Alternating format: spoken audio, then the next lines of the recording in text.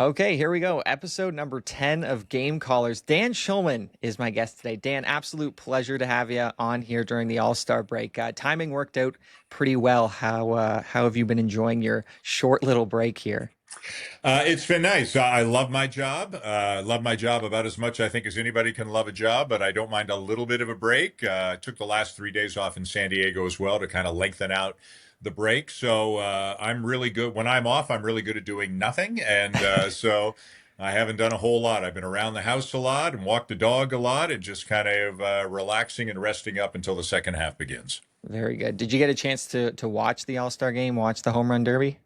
I watched part of the Home Run Derby and almost all of the All-Star games, so I thought both were interesting and fun. It was, kind of dramatic there with Kyle Schwarber making the finals, but then Jordan Walker Yeah. beating him by hitting 4 home runs, where any one swing would have ended it for him. So that was kind of cool. And then great pitching on the American League side in the All-Star game. And I mean, the AL gets 3 runs in the first. You almost never see that. No. And then the American League pitching staff just absolutely shuts down the National League. So was happy for all the Blue Jay coaches, managers, staff, all those folks who got to go there and enjoy it, and thought all three Blue Jays did well. I know when I talked to Ernie Clement, he'll be lamenting the fact that he swung at the first pitch in both at bats and went 0 for 2. But he also made two very, very good defensive plays, which is kind of cool. Dylan Cease did great. Louis Varland Hmm. did great. So, yeah, it was a fun game, and thought the Blue Jays showed well. Did you see Ernie's comments after the game on the play he made on Pages there? He I did talking about not. Like payback, I guess, for the World Series, exactly. or Yeah, yeah. he's like he made the play and then started pointing over at Pages in like a friendly way, just to be like, Yeah. "Hey, I got you back. I got you back from last year. I know the All-Star game doesn't weigh as much, but had to feel good for Ernie for Yeah. sure." Yeah. That's typically good natured Ernie Clement to say something like that. Yeah. Okay, like I said, lots of questions here for you. We're gonna go way back into the 90s. Your first radio job in Barrie. I just want to ask you about what the nerves were like, if you remember going into your first job in the industry, and maybe if you had a welcome to the industry moment after starting there in Barrie. So I think I was a little bit nervous. I don't remember being overly nervous. Everyone there was very welcoming to me, but I was doing things in Barrie that I didn't do when I was just volunteering at the radio station at Western, where I went to Right. school. At Western, I was calling football games and basketball games and had a phone-in a call-in show, a talk show. Whereas in Barrie, first of all, I was like, low rung on the ladder, so I did whatever was asked of me to do. But now I was writing copy for newscasts and reading newscasts, weather and the stock report. And like I was doing all kinds of things that I didn't know. I'm sure I was nervous, but I had a group of people around me who were super helpful to me. And I could feel very quickly like I was learning things. This is cool. This is what I want to do. I didn't know exactly what I wanted to do or where it was going to lead. In terms of a welcome to the industry kind of moment, that's a very good question. I mean, I do remember like going out and covering elections and having to stick my microphone and try to ask a question or two of a candidate that Hmm. wasn't foolish. And mostly I was there just to get sound, but I tried to get involved. There would be 6 or 7 reporters there. Tried to ask some questions. So did some political stuff, which I had never ever, thought of or intended to or even Right. taken much of an interest in, to be honest with you. I do remember after a while, so I started off on weekends and then was doing afternoons and evenings, and then eventually there was a lot of turnover. And about a year later, I was doing morning news, and so I was waking up at 3:15 in the morning. Oh, I was getting to the radio station at 4 a.m., and my first newscast was at 5. And CKBB was the name of the station. And at that point in time, like it was a heavy news station. There was music between newscasts, but a heavy news station. And I had a newscast, if I'm remembering correctly, at like 5, 5:30, 6, 6:30, 7, 7:30, 8, 8:30, then 9, 10, 11, 12. And then my day right. was done. So I was working 4 to noon and doing whatever that is, 14 newscasts or whatever, and having to rip the wire, which is what they called it then. That you'd get your news feed from AP. You'd get sound coming in as well. You had to not download, that wasn't a word then, like capture the sound on a cart and put the cart in the machine. And Hmm. like I was doing stuff I had never seen before, but it was great. I was there about 18 months and learned an absolute ton and learned enough to know I wanted to stay in the business. Ultimately, I wanted to get into sports, and obviously I did Hmm. get into sports. But back in Barrie, I did anything and everything. You mentioned not knowing where it was going to take you, and like you alluded to there, led to some pretty good things, including the Blue Jays gig and calling your first ever Jays game with Buck. And I know in some previous interviews that I watched with you, you mentioned that he helped you out a ton in that Hmm. first year or so doing Jays games. Do you remember some of the little things that he helped you out in the first few months there, calling MLB games?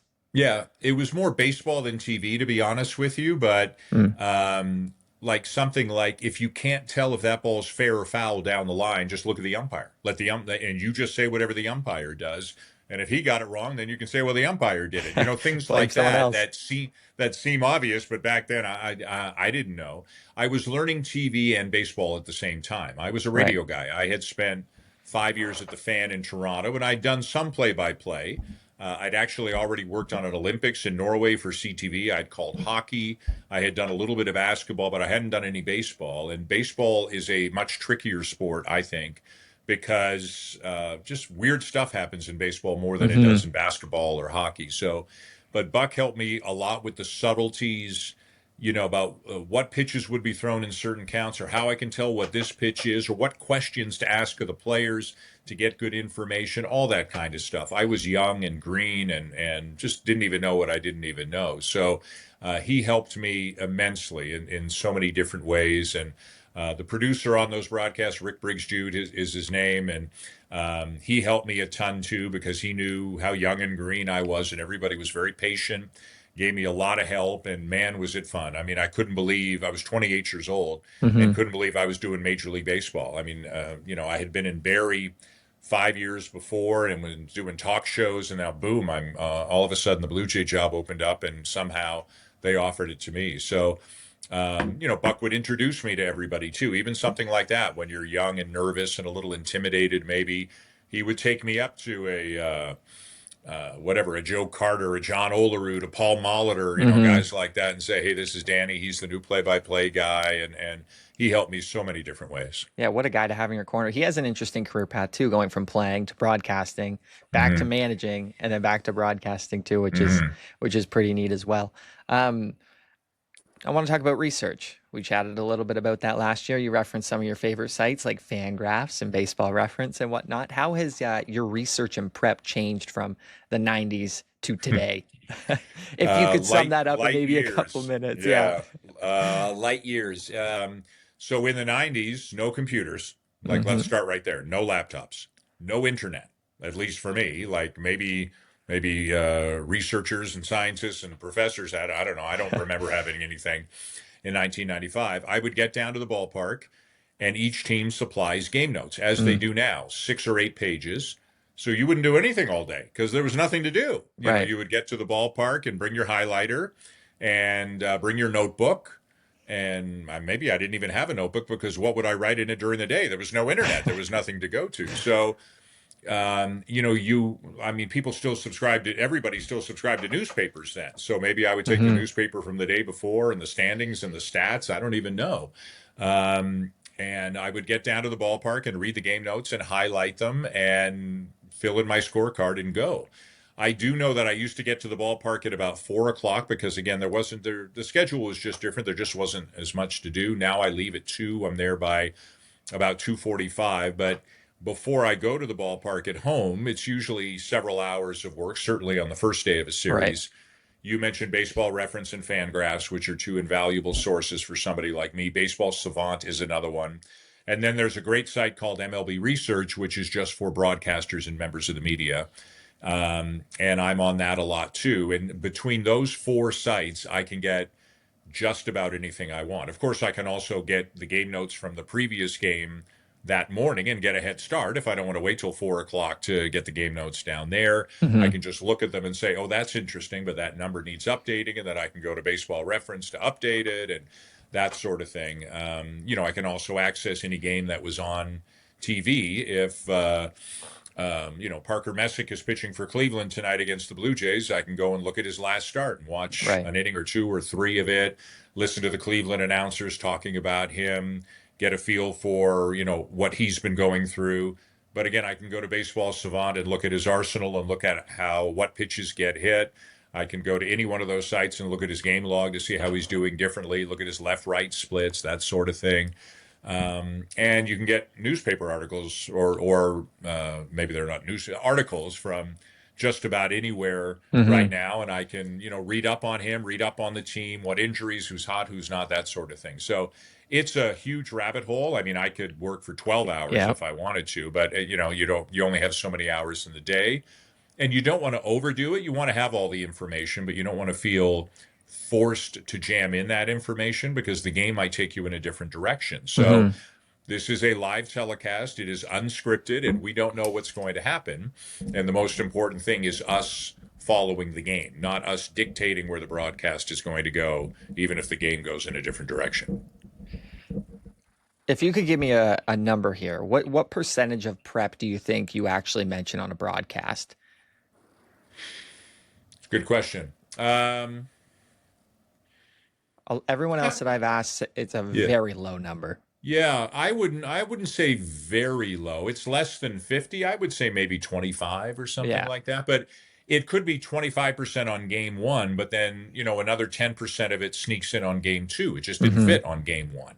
Or it led me to think of something that I looked up something and then I updated that after game one and then that went in game two. So, but it's like if the answer's 80, that's the wrong answer. It's not supposed to be that way. No. That's dictating the broadcast as opposed to following the game. So, and I am totally okay with that. I don't think once in 32 years I've said, damn, I spent a lot of time researching that and it didn't get in. It's just not the way I think.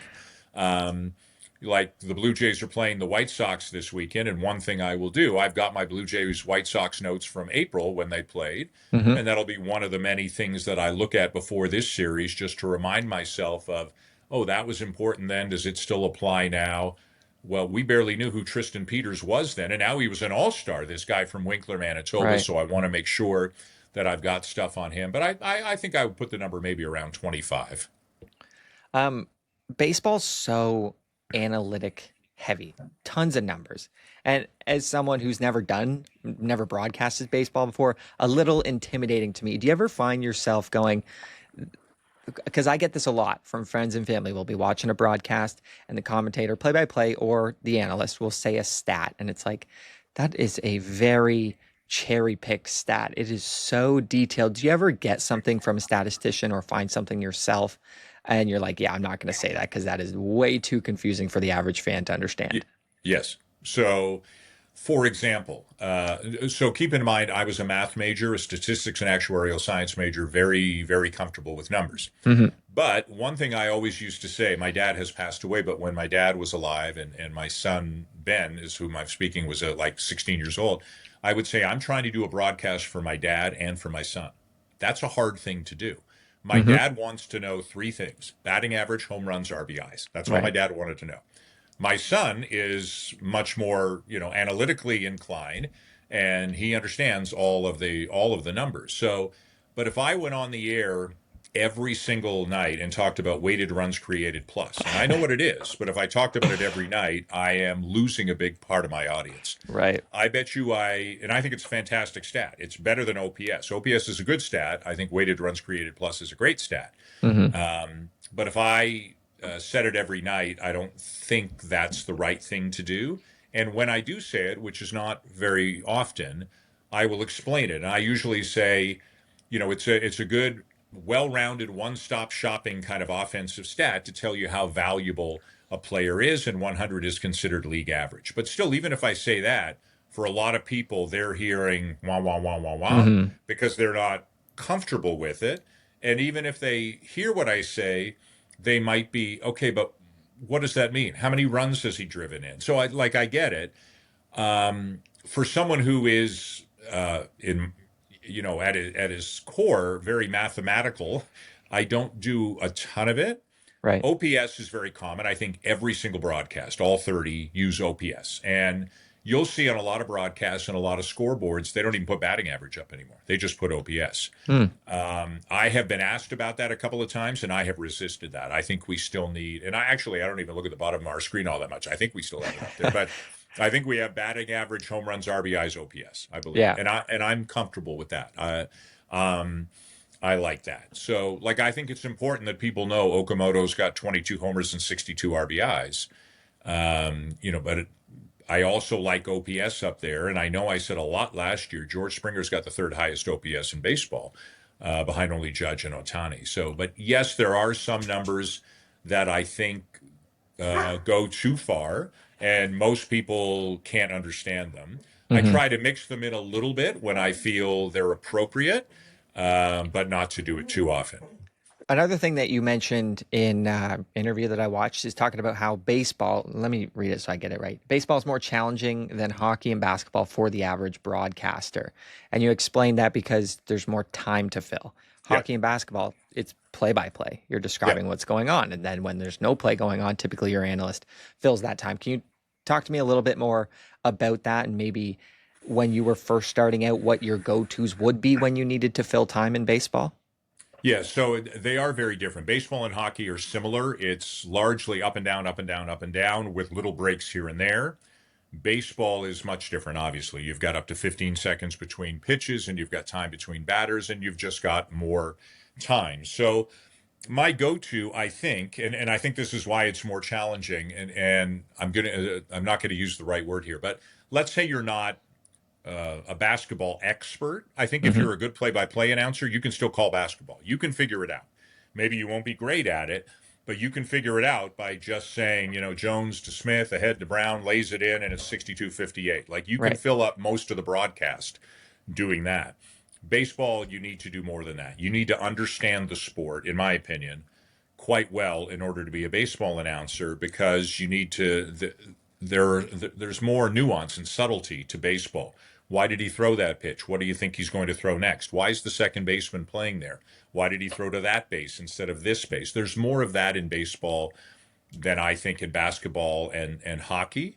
I think football is very, it has a lot of, maybe subtlety is the wrong word, but it has a lot of detail and a lot of Oh important yeah. stuff that may not be super obvious. So I would put football probably somewhere between baseball and basketball, hockey. Hmm. Um, but the way that, especially at the beginning, was just talk about the sport, and whether it was me saying to Buck, "Why do you think he threw to that base?" asking him a question, or even you just have time to give background on a person. I can say, Nathan Lucas was in the Cleveland organization and then got to Tampa Bay, and he was blocked by these outfielders, so he never got a chance. And then the Blue, you can do some biographical stuff. You can also go to the players and say, "Hey, tell me about this, tell me about that." Write that down, and then use that in a story the next day, which I really like doing. I think Yeah. one of the things I try to do is, okay, well, how did Nathan Lucas feel about that? How did Ernie Clement feel about that? Why did Ernie Clement make that play? So that kind of stuff. But you just need more material. And again, maybe only 25% of it gets in, but you need more stuff to talk about. You can't just sit there and go high ball one, in there strike one, outside ball two. Like, AI can do that. Right. You need to be able to talk about the players and the team and the sport as well. I've learned this over the course of the last couple of years, and I think I've learned it too late. Honestly, I'm still only 26 years old, but talking with players and coaches, members of the staff, is some of the best stuff that you could share on a broadcast, in my opinion, because Yep. those listening and watching at home don't have access to that. What do you think? 100%. I won't name them, but I've had a couple of, very prominent baseball announcers, younger than me, and I did this a little bit when I was younger. You go to more experienced announcers and ask for advice or ask for critiquing or whatever. Hmm. And I have said to them, "You're great, but I think you need to get in the clubhouse more. I can tell when you're reading the game notes. I don't want to hear the game notes. Like, Right. and maybe the average person at home can't, but tell me why this player did that, or give me the background on the backstory on that, or how did he feel in the moment when that happened." So, you can't do it 100 times a game. That's not realistic. But can you do it 4, 6, 8, 10 times a game?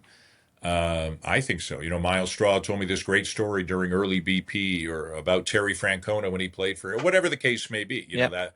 That sort of thing, and mix it in. I think people, especially maybe the more casual fan, likes those human interest stories a Oh little bit, yeah. and some of them can be hardcore baseball. You know, this is why Mason Fluharty added a changeup. Like, that's a baseball story. Hmm. But some of it can be, did Nathan Lucas ever get close to calling it a career because he hadn't gotten a shot in the major leagues yet, and he'd been in the minors for 7 years. You know, he and his wife had just had a baby, and he had two different apartments, whatever the case may be. So I think all that stuff is vital. I think it's what separates announcer A from announcer B sometimes. Again, you can't just sit there and say runner at first, one out, and the 1-1 pitch. It's monotonous if you Yeah. just do that. So, in TV too, you can talk over some pitches within reason. In radio, you can't. You have to call every single pitch. But in TV, if Joe Siddle or Caleb and I are having a conversation and, not a whole lot is going on, then we can do it and we will do it. And if something Hmm. happens, Joe or Caleb knows, oh, okay, got to get out for a second. Dan's Yeah. got to call the double that drove in 2 runs, whatever the case may be. But you can bounce around a little bit, and I think that keeps the broadcast fresher too. You just answered that question that I was going to have, is how often do you get burned by someone telling a story, but everyone at this level, at your level, knows enough to get out of there and let you call the action and what's going on. It's going to happen. I mean, if even if there's nobody on base and it's the fourth inning and it's 2-1, if we're talking and the ball's in the air and I can see it's going out, it's going to be a second till I get there, and it's just not going to be the best home run call. It Right. happens, but you don't do it in the ninth inning with two men on base in a one-run game. Like, you Yeah. just know enough not to do that. So, but it'll happen earlier on, and you just live with it. Every now and again, you're a half second late coming out of break, or you're in a promo or replay, and somebody swings as well. And that, you don't want that kind of stuff, obviously. You want to at least have the pictures be telling the story, even if the voice isn't. But Right. it happens, whether it's 3 times a year, 10 times a year, I couldn't tell you. But when you do a lot of baseball games, it'll happen once in a while. I was going to say that you do enough games that it's going to happen, and the Yeah. stats and the stories, they all have their time and place. I want to talk World Series. You mentioned this story during our chat last week, so I wanted to bring it back up again. I asked you if you ever pre-wrote lines. Some broadcasters do it. I tried it once, didn't like it. You said no. We talked about pressure in big moments. You don't feel that anymore. But in terms of pre-writing lines, you said no, but there was one exception. Mhm. One Yeah. exception. Can you tell that story? Yeah. So, I've been very fortunate. I have called 12 World Series on ESPN radio, never wrote anything down. I've called a bunch of, great college basketball games, never wrote anything down. The only time I wrote anything down, and I guess it was before Game 6 as well, because had they Hmm. won, that would have been the end of the World Series. And it wasn't even everything I was going to say. It was just one line of what I was going to say, because had the Blue Jays won, it could have been on a walk-off homer. It could have been on an error. It could have been on a challenge. Hmm. It could have been on a strikeout of a Dodger that ended it. Like, who knows? So I just had one line, and I know the phrase Canada's team was in there. I just wanted to get that in there. Like, Canada's team, your Toronto Blue Jays have won the World Series, something like that. And I had it. We all have notes on our phone if you're an Apple person, and I had Hmm. notes, and I had that up in the corner of my screen, or opened it up maybe in the eighth or ninth inning or something like that. Obviously, never got a chance to say it. I didn't know what else I was going to say around it, but that 5 seconds I wanted to get that in, because I think a very special part of what was a very special season was how much they were Canada's team. Right. And we saw it reflected in the crowds, home and away, social media, television ratings, everywhere. Like, it was just an extraordinary year. They had an extraordinary following, and I wanted to say Canada's team. But so that's the only time I've ever done something like that, and unfortunately I didn't get a chance to use it on the air. Well, we're all looking forward to the one day that you will get to say it I for hope sure. so. Yeah. 2011 World Series, you were doing that on radio, correct? It Yes. was the Rangers and Cardinals. Last night I was listening to some of Dan Shulman's greatest play-by-play calls, and the one play that was in there was David Freese's walk-off homer in Game 6. Tell me about doing that World Series, which was your first. Is that right? Correct. Yeah. My first World Series. So I know to people, in our neck of the woods here in Canada may go Cardinals and Rangers. Like, what's the big deal? I don't even Right. remember that World Series. It was my first. John Miller, one of the great baseball voices who's ever lived, had done it for years and years and years. And then ESPN made a change. And in 2011, they put me on Sunday Night Baseball, and they put me on the World Series on radio. So it was 3-2 for the Rangers coming back to St. Louis in Game 6. And to put it in perspective, there have been 3 times in Major League history when a team was 1 strike away from winning the World Series and did not win the World Series. And 2 of those 3 moments were in Game 6. Texas Wow. twice was a strike away and didn't win it. And one of them, I don't know exactly what you listened to, but one of them was in the 9th inning. David Freese tripled to tie Yep. the game in the 9th. Then in the top of the 10th, the Rangers took the lead again. And in the bottom of the 10th, the Cardinals tied it again. But again, they were down to their final strike. Hmm. So the Rangers twice had been a strike away. In the 11th, I think I'm remembering this correctly. In the 11th, Texas doesn't score. And then David Freese, who had tripled in the 9th to tie it, hits a home run in the bottom of the 11th to win it. And it was the first 8 innings weren't memorable, I don't think, but the 9th, 10th, and 11th were off the chart. Like All timer. overall, I would put Game 7 of the 25 World Series up against Game 6 of the 2011 World Series. But it being my first World Series and it being in St. Louis, and St. Louis coming back twice and then walking it off to force Game 7, I'm amazed I had any kind of a voice for Game 7 after all that hysterical shrieking I did Yeah. in Game 6. But it was incredibly fun. And when I get asked, as I do fairly often, about your favorite moments, that one's always on the list, even though there's a lot of head scratching and you have to look it up or explain it to people or whatever. But I do think the 2025 World Series surpassed it, and I'm not just saying that because I'm a Toronto guy who did the Blue Jays. I mean, there were so many incredible moments in the 2025 one, but Game 6, 2011 is one of the biggest, best games I've ever been lucky enough to call. And your first ever World Series, and the series Yeah, ends up going 7. That's yeah. crazy. There's the other reason I wanted to bring that up is because when I first listened to it, I went, "Holy smokes, you sound like Ben, your son." I listened to it like 3 times, and I don't Really? know if it was maybe because it was radio, it was an older clip, so a little bit muffled, but I heard Ben in your That's funny. voice. And you do you get that a lot? Do you think you sound like him? I know parents obviously always look like their children, but sounding like them's a different thing. Yeah, I do get it a lot. I'll have to go back and listen to 2011. I mean, it's possible. Like I think over the last, so that's 15 years ago, I think I've lost a tiny bit of my top end as I get a Right. little bit older. And Ben obviously has younger vocal cords than I do, so maybe I had a little more gas in the tank back then than I do now, and that is similar to him. I honestly don't hear it very much, but almost everybody who mentions it to me says, "Oh my God, you guys are identical," and I'm like, What "No, are you we're talking not." about? But I think we have some similar inflection and pausing and all that, Hmm. but I don't think we phrase things the same way. Um, and I think our voices are like I don't think I've ever listened to a 3-second clip of one of us and gone, which one of us is that? But Right. I'm the dad, like I'm that close to it, so Yeah, I exactly. know what I sound like. But it happens enough where there must be something to it, But then again, I'm the kind of person who can look at pictures of kids and say I have no idea which one of the parents that kid looks like, including my own. Right. And the kids themselves will say, "What are you crazy? Like I look exactly like like they know, but I don't." So Hmm. maybe I'm just lacking the ability to see things or hear things like that. But I do get it a lot.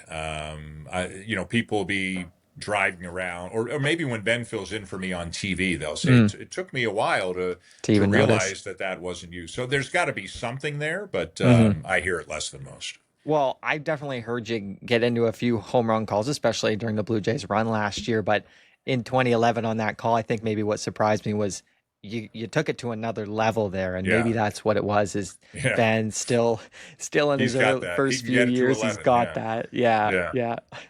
yeah. But yeah, speaking of Ben, when did you kind of see that broadcasting bug in him really catch on and really see the interest take off? Yeah, I would guess around 12 or 13 years of age. I mean, an absolute sports junkie Hmm. from when he was like 3 years old. Probably a lot like what I think I was like as a kid. wanted to play everything, wanted to watch everything, like learning about names and teams and this and everything that he could from a very, very young age. Probably 12, 13, he started talking about it. By the time he got into high school, so now we're talking 14, 15, he was already doing a co-op course with the Rogers cable TV station in Richmond Hill. He was learning how to Hmm. use a camera and cable things and do audio. He wasn't on air at all. Like he was 15 years old, but Right. he was, he did a co-op. He got a couple of credits doing that. Maybe it wasn't grade 9, maybe it was grade 10 that he did that, but he was, he was very young, Yeah. obviously. Did whatever he could, which isn't much in high school, but did whatever he could. And by the time he was in grade 12, maybe even in grade 11, we were going to visit some schools. He knew he wanted to get into broadcasting. He had come with me a lot. He had come with me, you know, a fair number of Enough times. times to, Yeah, he had yeah. sat in the booth with me. He had sat in a truck with me. He had sat in on production meetings. He had watched me prep a little and asked me questions. Like he was really into it. Hmm. He always wanted to go to Syracuse. Newhouse has a great broadcasting program. We talked about other schools. We went and visited for sure one other in the U.S. that I can remember. I don't know if we visited more than one, but he got into Syracuse and did the 4 years there. Part of it during COVID, so he lost out on a bit of the experience Hmm. because he was probably home for a year to a year and a half of the 4 years, I think. But you could still do some things remotely. And fortunately, he was back there for his junior and senior years pretty much. So that was great. But I would say from about 12, 13, and by the time he was 15, like it was all that he talked about, all that he wanted to do. Right. Full-fledged, totally into it. I don't know Oh, much yeah. about the schooling in the States, but I do know when it comes to sports broadcasting, Syracuse is Yeah. very, and for lack of a better word, top dog when it Yeah. comes to that. Um, when I was watching some interviews, I came across Sportsnet did it a lot last year, showing they posted on socials. It was a program feed and then a shot of you and Buck in the booth while you were calling the game. I love watching those. I love seeing where your eyes go after a big moment, what you're writing down, how you're talking to Buck non-verbally, with like through hand Right. signals and whatnot. I just like to see what goes on in those big moments.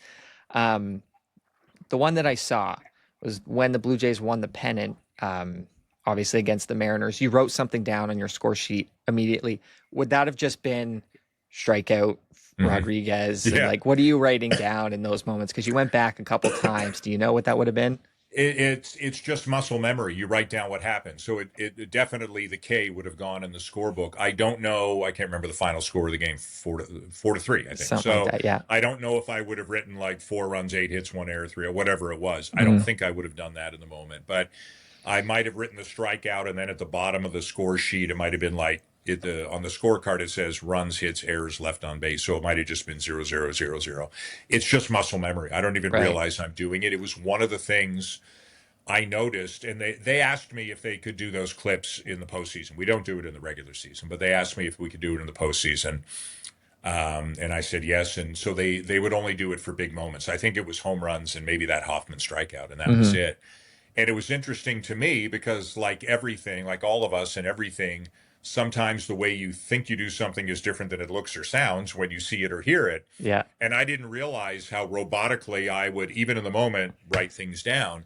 But and it's funny because I took some criticism for this, but I'm glad they put up the program beside it because some people were like, "You didn't say anything for 10 seconds." And I was like, "Well, there's an incredible celebration going on in the Yeah. stands in the field. You're seeing that and hearing that and feeling that." And I said a few words and then let it out, and then I came back in to, to back it up.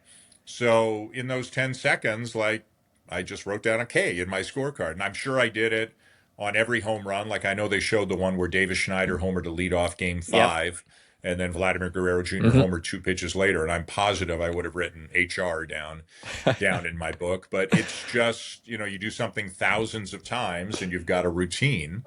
And I wasn't even aware I was doing it. And nor was I aware sometimes how physical I got, like moving around all over the place, standing up a couple of times. And I don't think I do that hardly ever in the regular season, but obviously everything was heightened in October. So it is. I know they got a lot of reaction. I heard from the digital people at Sportsnet how much reaction they got. it took me a little while to get comfortable with it. I felt a little vulnerable, and Hmm. you guys are all looking at me, but it's, I got it, and people really seem to enjoy it, so it's all good. I think that's so cool. I'm really glad that you remember that the whole story of them coming and asking you to do it. I love that so much. That's so cool. I was going to ask you if you watched them back, and then you had a perfect explanation. Don't even have to Yeah. ask it. What you said for that Hoffman strikeout. I'm going to read you the quote, and then I have a question after. So what you said is Hoffman nodding in agreement with Kirk, has the pitch he wants. Here comes the 3-2. He got him. And then there's a long break, long pause where you're writing down whatever, letting the crowd take it, natural Yeah. sound and whatnot. And then you say, for the first time in 32 years, the Toronto Blue Jays are going to the World Series. And my question for you is, do you think earlier in your career you would have rattled that all off immediately and then let the crowd take it away? I'm going to say no, and here's why, because it falls into two different categories for me. One is whether it happens at home, the other is if it happens on the road. Yeah. If it happens at home, there's bedlam in the ballpark, and our director is great at shooting Hoffman hugging Kirk, maybe John Schneider hugging Pete Walker, the crowd going nuts, people waving flags. You don't have that if it happens. For instance, I don't remember what my call was at the end of Game 4 in the division series at Yankee Stadium. That happened on the road when they Hmm. won that series. My guess is if you went back there, there's not nearly as long of a pause between part one and part two Right. because the Yankee Stadium was deathly silent. So I bet you I got in there quicker. So part of that was, yes, being a little older and, in my opinion, wiser and having more experience. Part of it was that it was at home, to be honest with you. So I have always been a big fan in big moments in the home ballpark of laying out. And for example, so say Kevin Gosman's pitching in the seventh inning and it's a 2-1 lead for the Blue Jays, 2 on, 2 out. He's right at the end. He's at Hmm. 105 pitches, 2-2 count on the hitter. And I'll go on talkback, which means I can talk to our production truck. And I'll say to our director, Troy Clara, Troy, if he gets them, it's all yours. And Troy knows what that means. It means the last thing you're going to hear me say is something like, and he got him, or Gosman gets out of it, or whatever. Gosman's going to walk off the field. The people over the third base dugout are going to go nuts. It's going to be spine tingling, and Troy can shoot it from 5 different angles that all look great. And Yeah. what am I going to say to make that better? So I just think that's the stuff that makes the hair on the back of your neck stand up. So I've always really liked that moment, even in a college basketball game. And I work for ESPN. So if it's Duke and North Carolina, it's 50-50 for me. Hmm. But if the home team makes a huge shot and you see the visiting team's coach call a timeout or something like that, you'll hear a few words, but then I'm going to lay out and let what's more exciting than a college basketball arena in a big moment for the home team. So I've always been a big fan of that. Yeah, that's what I was gonna ask. Do you almost turn into a fan in that moment once you say what you need to say and then you just Yeah, kind of take it all sometimes. in yourself? Yeah, I mean, I love sports, and there are some times where I'm sitting, whether it's baseball or college basketball, and in my head I'm going, "Oh my God, this is unbelievable. This is cool. This is amazing. How lucky Yeah. am I?" That kind of stuff too. Like who grows up and thinks they're going to go to Duke and call the North Carolina Duke game, right? So Hmm. there are unquestionably moments where you just soak it all in, and I know I turned to Buck in Game 7 of the World Series and said to him, I don't remember what inning. It was late. And I said to him, Buck, you can make a case that this is like the most compelling baseball game that's ever been played. I mean, how many World Series go to Game 7? How many Game 7s have all of the crazy close call moments that this game has had? How many Game 7s of a World Series go to extra innings? And like we talked about it briefly on the air because at that point you don't want to get into stories. That's the swing you can't miss at that point. But we talked about it very briefly in terms of we're watching one of the greatest baseball games that's ever been played here. So yeah, every now and again you do step outside of it. And it's okay to be a fan. Like you can be a fan of the sport, and it's okay to say that was an unbelievable play, or this is so cool, or Hmm. how lucky are we to be here, because that's what people at home are feeling too. So whether it's at a Blue Jays game or an ESPN baseball game when I did that, or if I'm at Duke or Kansas or Kentucky doing college basketball, sure, you should still feel a little bit of that. Hmm. Otherwise, that to be the best you can be at your job, you should feel a little bit of that. Well, you've mentioned time and time again in interviews that you've done, when you first started with Buck said, it's just like if we sound like a couple of guys at a bar having a Yep. beer, then we're Yep. doing our job right. Yep. And that's like you just hit the nail on the head there as well. Like that's what the fans are feeling. That's what the viewers are feeling at home. And Yeah. it's nice as a viewer to know that you're feeling the same thing. Yeah. I just want people to know we're not drinking beer up in the booth, though. It's just. Okay. Yeah, it's awesome. And knowing the situation, like you said, knowing when to lay out, let the director do their job, let the crowd noise Mhm. into everyone's homes, into their televisions, and knowing when to lay out. Knowing the situation is almost, I would say, an unteachable thing as a broadcaster because you have to know when to stop talking. You have to Yeah. know when to let everything play out. What other sort of unteachables do you think there are in broadcasting as a play-by-play? Well, I think the biggest one, especially in a baseball game, as we said, because there's much more to it, in my opinion, than say basketball or hockey, because you've got so much more time to fill, is knowing what information is meaningful in this moment. Right. Like, it's not, hey, he's got a 4.60 ERA during the day and a 2.90 at night. Whatever, So, but don't just rattle off stats to rattle off stats. What matters right now? Hmm. What matters right now is John Schneider is not going to let Trey Savage face this guy for the third time because, and the because is the important part. Yeah. Is it meaningful? Is this why the decision is being made? Now, we don't always know why the decision is being made, and it's okay to wonder and say it could be this, it could be that. But I would say knowing what information is relevant in that moment. Like, don't just rattle off a stat to rattle off a stat. I'm not a Tuesdays guy, a day night guy. I'm rarely even a home road guy because there are statistical oddities in everything. There's an element of Yep. randomness in everything. But if I can say ever since Dylan Cease started throwing that two-seamer to righties, he's getting way more ground balls than he used to get. That's a thing. So I guess knowing the difference between a thing and a non-thing is one of them. It's funny too. You've got to have a certain amount of ego to do this job. You've got to have in you, this is what I want to say, and I think it's important, and I think you should listen to me.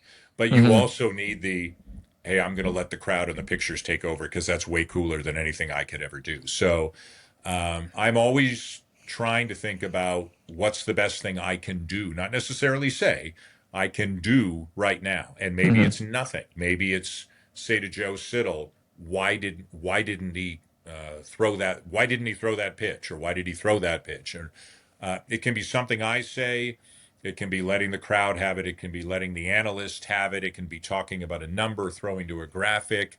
It can be asking for a replay. Like maybe I'll notice something on a replay that the replay we show didn't have from that angle. But do you have anything else on why that happened? Hmm. Just it's a combination of information and entertainment. You're always trying to do both. And it's like saying to somebody, well, how do you hit? Why do you hit that way? Like sometimes the answer is it's just what feels right to me. And Right. and hopefully what feels right to me feels right for the viewers most of the time. Well, you would agree that as a play-by-play broadcaster, you're there to facilitate, and when it comes time to analyze a play or a swing or whatever, let your color commentator do Yeah. it. Um, Yeah. do you ever explain something yourself? Do you try to throw Mhm. your own opinion in there sometimes? How Oh, often do sure. you do Yeah. it? Yeah, not a ton because, like you said, the guy beside me either played baseball if I'm doing baseball or played basketball if I'm doing basketball. But there are times when I can say something like, "Well, such and such a runner, he likes to get a look at the pitcher's move a couple of times before he feels comfortable stealing a base." Right. That's explaining something that I know from talking to that player that maybe the analyst knows or doesn't know or said or didn't say. I mean, if he said it, I'm not going to say it too. But Hmm. yeah, there are things. Or saying, they like to do the hit and run with Miles Straw. He's comfortable with it because blah, blah, blah. Or it can be a little strategy thing. Like I know I've said on the air a couple of times, the Blue Jays bunt here and there. And I know I've said a couple of times, I don't love it with runners at first and second because I think the defense is emboldened to try to make the play at third when it's a forced play at third. I think sometimes Right. if there's just a runner at second, they'll almost concede it and just take the out at first. It also depends how fast the runner is at second. Like not all situations are created equally. Hmm. So yeah, little things like that. I mean, not hardcore and not all the time, but if I think there's a little bit of teaching, guiding, explaining I can do, then I'll put it in there. I mean, I didn't play. I mean, I played as a kid, but I didn't play professional Right. baseball or anything. But I do feel that I've seen enough baseball to generally have a pretty good idea of what's going on the field. Right. Right. A thing that you get a lot, I'm sure, and I've heard it a lot from some of my other fellow play-by-play broadcasters. You have a great voice for broadcasting, and when I think of great voices in play-by-play, my mind goes to Vin Scully, my mind goes to Bob Cole, goes to Buck Martinez as well. Who do you think has a very good broadcasting voice? Well, I grew up on Tom Cheek.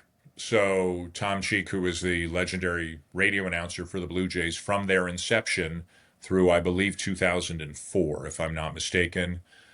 Ford Frick Award winner, the award given out by the Baseball Hall of Fame. I was 10 years old when the Blue Jays were born, and I became a baseball fan the day they were born. And Tom Cheek did every single game that I listened to for years and years and years, every single game. Hmm. I thought, I think Tom was masterful, was amazing.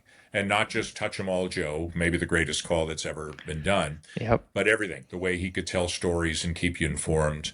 I thought he was fantastic. I grew up listening to a lot of baseball guy. Radio used to be bigger than it is now.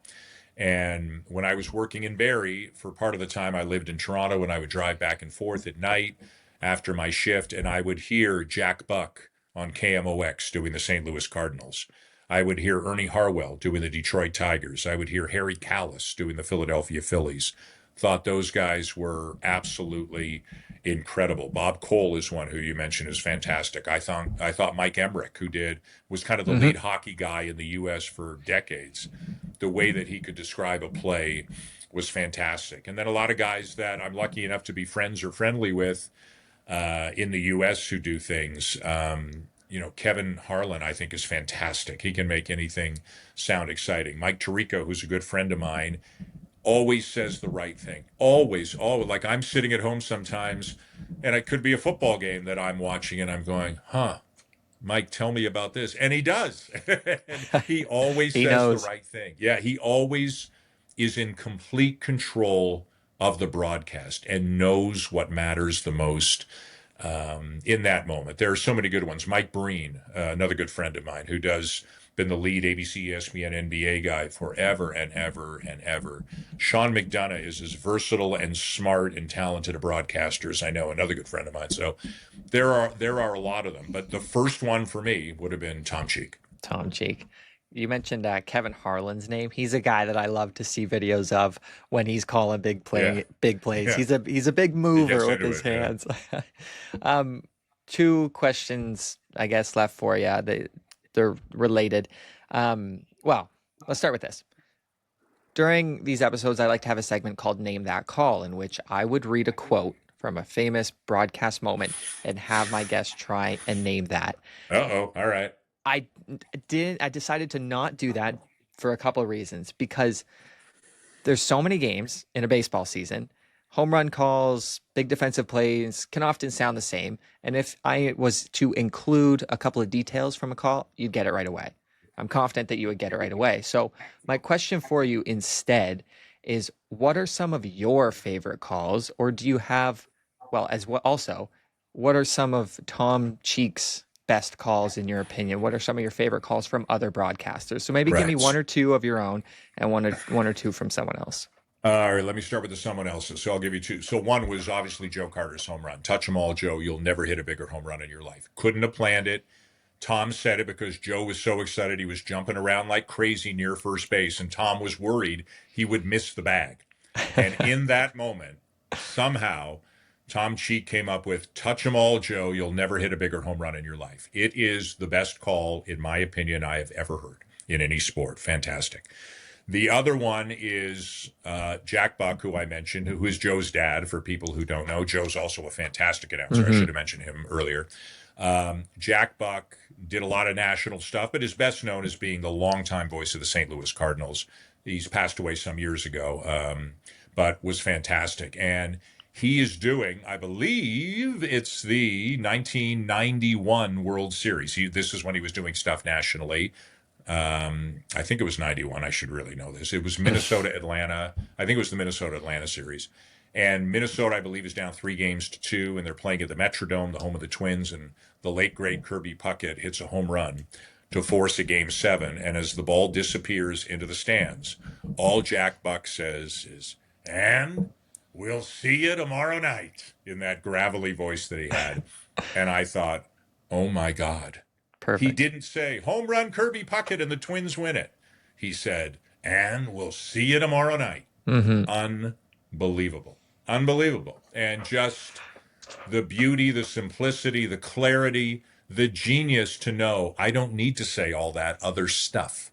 And I'm rarely like that. I wish I was smart enough to do that in the moment. But those are probably my two favorite of other people. Of mine, I don't know. That's hard. I mean, the freeze game is one of my favorites, I think. Okay, I have a Not question. so much. Yes. Regarding that freeze game, maybe give you a second to think of your own. What happened during that freeze game on the television side of things? You talk about Jack Buck. What did Joe Buck did say? Jack's call. Joe mimicked his dad's call, which was beautiful. Joe did it. Yeah, it was fantastic. And I give Joe all the credit in the world for doing it because it was perfect. I thought it was great, and I've told him that. I would say, I don't know. See, and I may have told you this when we spoke earlier, but I like my little moments better than my big moments. But all people remember is the big moments. Right. The freeze triple I didn't love. I think I got crazy and ran out of breath. The freeze home run I liked. I think I finished with, and there's going to be baseball here in St. Louis tomorrow night or something like that. But the Hoffman, the one you were talking about, the Hoffman strikeout, I really liked, actually. I like my strikeout calls better than my home run calls. So I'm still, I'm an old guy who's been doing this a long time, and I'm still trying to smooth out some rough edges in the big moments. But the Hoffman strikeout call was one of my favorites, I think. I mean, they were going to the World Series. Like, we didn't know yet what was going to happen in the World Series, obviously, but just the got 'em. That's one of my favorites. I was lucky enough to call the Bautista bat flip game. I was doing that for ESPN radio, and I think I like that one. I don't remember everything, but the bigger calls, I tend to like it when I say less, and sometimes I think I say too much, or like I just get going, and I got to land the plane a little bit quicker. Yeah, just as we all do. But I'm better at talking about calls of others that I like, I think, than calls of my own. Well, to piggyback on your point about your strikeout call, you often say "gone" as well as a home run. You mentioned the Davis Schneider homer during the World Series. I think you said it on that one. It might have been the Vladdy one as well, or Vladdy one instead. Doesn't matter. Gone, you can trail on. When you say "got him," it punches, it strikes, it hits, it's done, and then the crowd noise. I enjoy it very much. So I'm glad you brought that up as well. So it's just it's sturdy. That's all I got for you. This worked out perfectly. Great timing. I got through everything I wanted to ask you. Absolute pleasure to chat with you again. And thank you very much for your time. Enjoy the rest of your break, and good luck the rest of the season, Dan. Thank you. All right. Thanks, Troy. My pleasure, and nice talking with you. And I hope there's a little bit of valuable info in it here and there for young broadcasters.